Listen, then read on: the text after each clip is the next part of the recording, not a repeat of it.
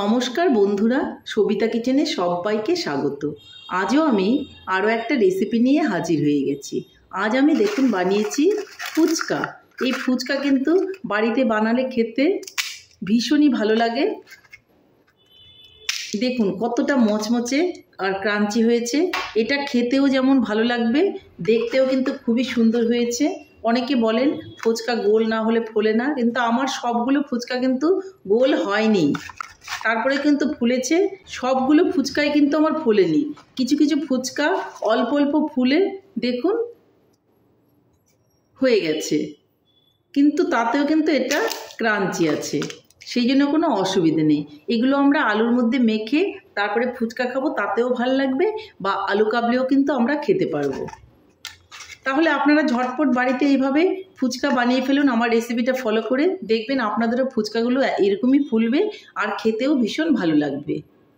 তাহলে এই ফুচকাগুলো আমি কি করে বানালাম সেটাই দেখে নেওয়া যাক। ফুচকা বানাতে গেলে প্রথমে কিন্তু আমাকে আটা নিয়ে নিতে হবে। তো আমি অল্প করে আটা নিয়ে নিলাম, আর নিয়ে নিব অল্প করে সুজি। দেখুন আটা আর সুজি আমি নিয়ে নিয়েছি। পরিমাপটা দেখে নিন যে আটা যতটুকু দেবেন তার থেকে একটু কম দেবেন সুজি। আর আমি দিয়ে দেব অল্প করে চালের গুঁড়ো। তাহলে আমি শুকনো উপকরণগুলো নিয়ে নিয়েছি। অনেক সময় দেখবেন অনেকেরই ফুচকা ফোলে কিন্তু ক্রাঞ্চি ভাব আসে না। আজকে আমার রেসিপিটা ফলো করে যদি আপনারা ফুচকাটা বানান, একটাও কিন্তু নষ্ট হবে না আর ক্রাঞ্চি ভাবটাও থাকবে। তাহলে আমার শুকনো উপকরণগুলো মেলানো হয়ে গেল। এদিকে আমি আটা, সুজি আর চালের গুঁড়ো একসঙ্গে মিলিয়ে নিয়েছি। একটা বাটিতে নিয়ে নিয়েছি অল্প করে জল। এই জলের মধ্যে আমি এখন 1 চিমটে বেকিং সোডা দিয়ে দেব, বা খাওয়ার সোডা, যেটাই ইচ্ছে হয় আপনারা দিয়ে দিতে পারেন। আর সোডাটা কিন্তু জলের মধ্যেই দিতে হবে। এখন আমি আস্তে আস্তে করে এই মিক্সচারটাকে মেখে নেব। জলটা দিয়ে দেব। জলটা আমাকে অল্প অল্প করে দিতে হবে, যেন খুব বেশি জল পড়ে না যায়, কারণ আমাকে ব্যাটারটা কিন্তু খুব শুকনো করে মাখতে হবে। যেভাবে আমরা রুটি পরোটা মাখি তার থেকেও একটু শুকনো করে মাখতে হবে।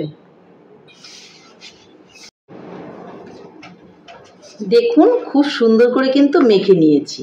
এই দেখুন আমার বোলের মধ্যেও একটু লেগে নেই, আর হাতেও কিন্তু আমার লেগে নেই। এত সুন্দরই আমার এই মাখাটা হয়েছে। মাখাটা রেডি হয়ে গেল। এখন একটা ভেজা কাপড় দিয়ে এটাকে ঢেকে রেখে দেব। 10 মিনিটের জন্য রেখে দেব। 10 মিনিট পর আমি ফিরে এলাম। কাপড়টাকে তুলে নেব। আর এই যে আটাটা মেখেছি, আটাটাকে খুব ভালো করে আমি আরেকটু ছেনে নেব। খুব ভালো করে আমি আটাটাকে মেখে নিচ্ছি, এইভাবে ডলে ডলে। যত বেশি মাখা যাবে ভালো করে, ততই কিন্তু ফুচকাগুলো ভালো হবে।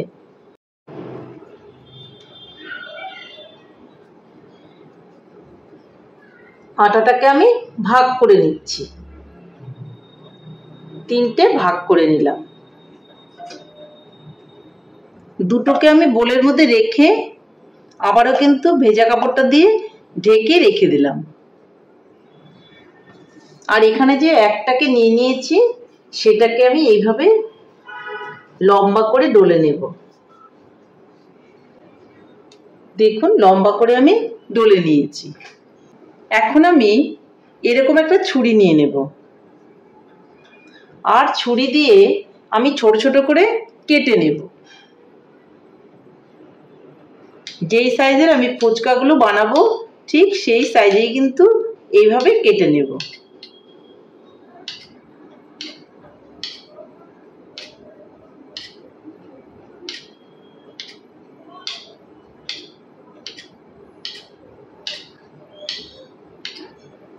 এইভাবে একটাকে আমি কেটে নিলাম।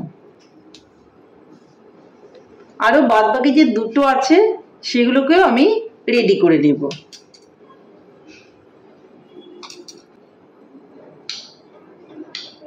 আপনার পছন্দ মতো সাইজেই কিন্তু কেটে নেবেন। ফুচকাগুলো যেই সাইজের বানাবেন ঠিক সেই সাইজেই কিন্তু কেটে নিতে হবে। আমার কিন্তু সবগুলোই কাটা হয়ে গেল। এখন আমি এগুলোকে বোলের মধ্যে তুলে নেব।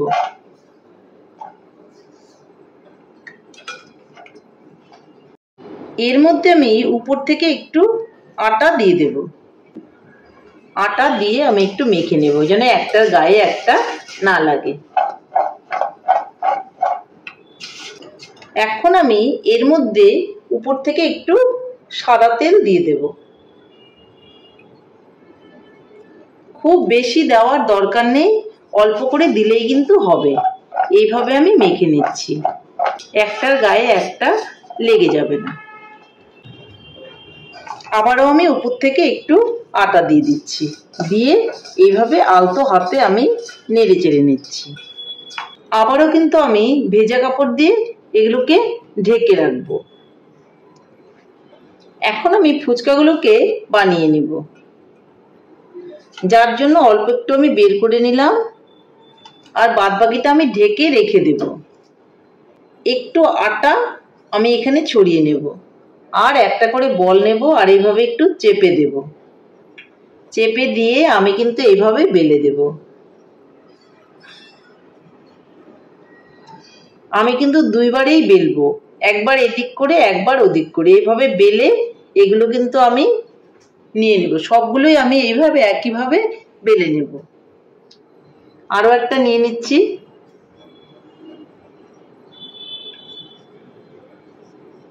দেখুন হয়ে গেল। আরো একটা নিয়ে নিচ্ছি, হাত দিয়ে একটু এভাবে চাপ দিয়ে দেব, আর তারপর কিন্তু আমি বেলে নেব। এই যে আরো একটা কিন্তু হয়ে গেল।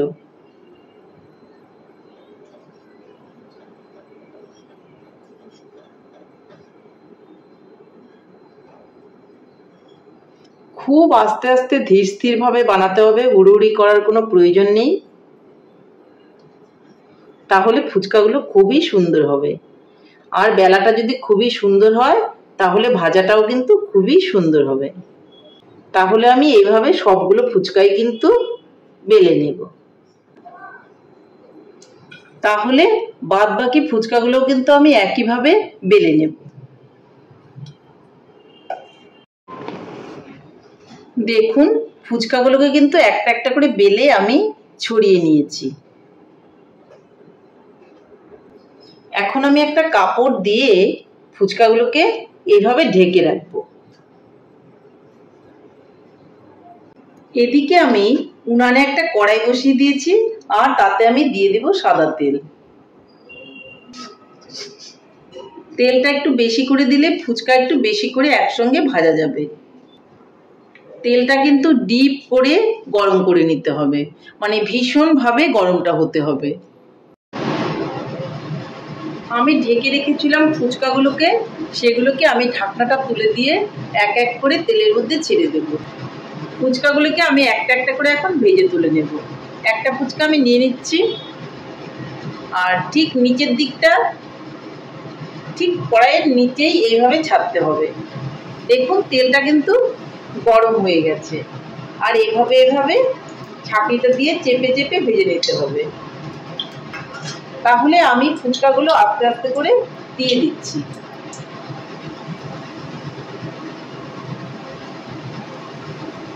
আঁচটা কিন্তু বাড়িয়েই ফুচকাগুলোকে ভাজতে হবে। প্রথমে যেটা দিয়েছিলাম সেটা দেখুন একটা সাইড লাল হয়ে গেছে, আর অপর ফুচকাগুলো কিন্তু আমি উল্টে পাল্টে ভেজে নেব। দেখুন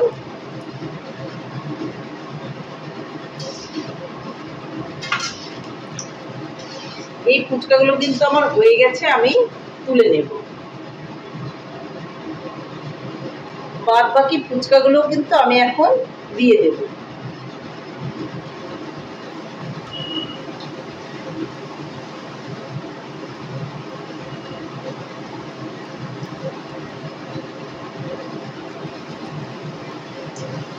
এইভাবে একটু চেপে চেপে দেবেন, তাহলে কিন্তু ফুচকাগুলো ভালো হবে।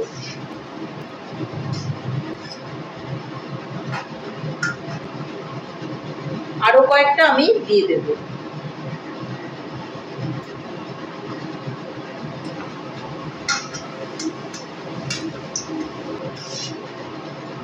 দু একটা ফুচকা কিন্তু নাই ফুলতে পারে, তাতে মন খারাপ করার কোনো কারণ নেই। সেগুলো আমরা চুরমুড়ে বানাতে সাহায্য করবে আমাদের, বা সেগুলো দিয়ে আমরা চুরমুড়ে বানিয়ে খেতে পারবো, বা আমরা পাপড়ি চাটও এটা দিয়ে বানিয়ে খেতে পারবো। তার জন্য মন খারাপ করার কোনোই দরকার নেই। তাহলে ফুচকাগুলোকে আমি তুলে নিচ্ছি। এইভাবে কিন্তু আমি সবগুলো ফুচকাই ভেজে তুলে নেব।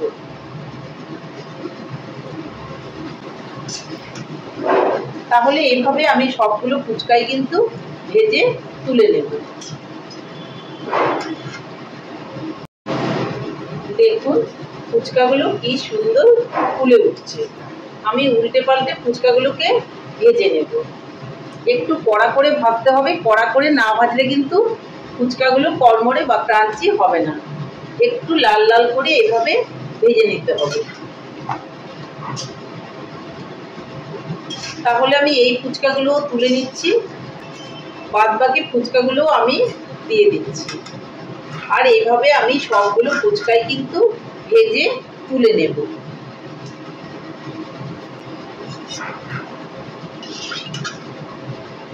দেখুন কতটা ফুলেছে।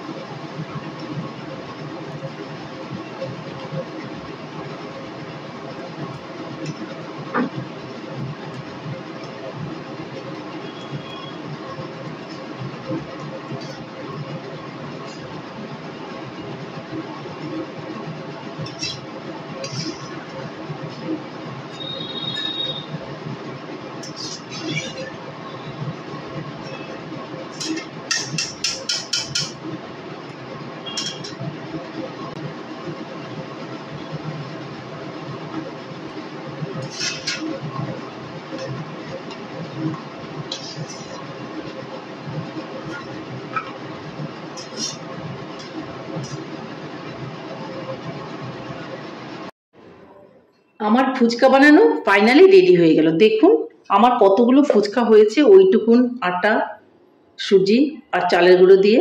দেখুন ফুচকাগুলো কতই সুন্দর হয়েছে। সবগুলো ফুচকাই কিন্তু আমার ফোলেনি। কোনো কোনো ফুচকা দেখুন আবার নাও ফুলে চিপসে গেছে, কিন্তু সেগুলোও কিন্তু খুবই ক্রাঞ্চি হয়েছে।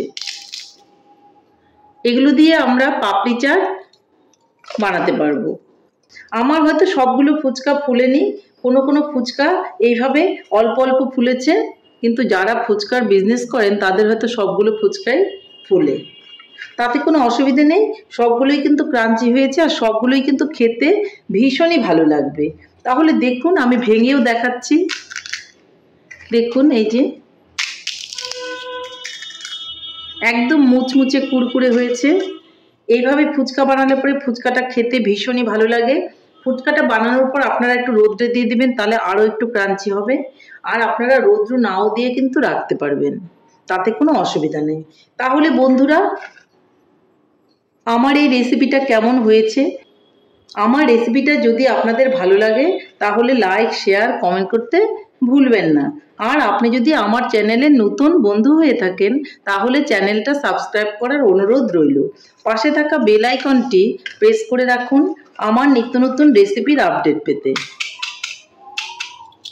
তাহলে আর দেরি কেন, ঝটপট বানিয়ে ফেলুন এভাবে ফুচকা আর সবাই মিলে খান, দেখবেন ভীষণই ভালো লাগবে। নমস্কার, ভালো থাকবেন, সুস্থ থাকবেন, আবার দেখা হবে আরও একটি রেসিপির সঙ্গে।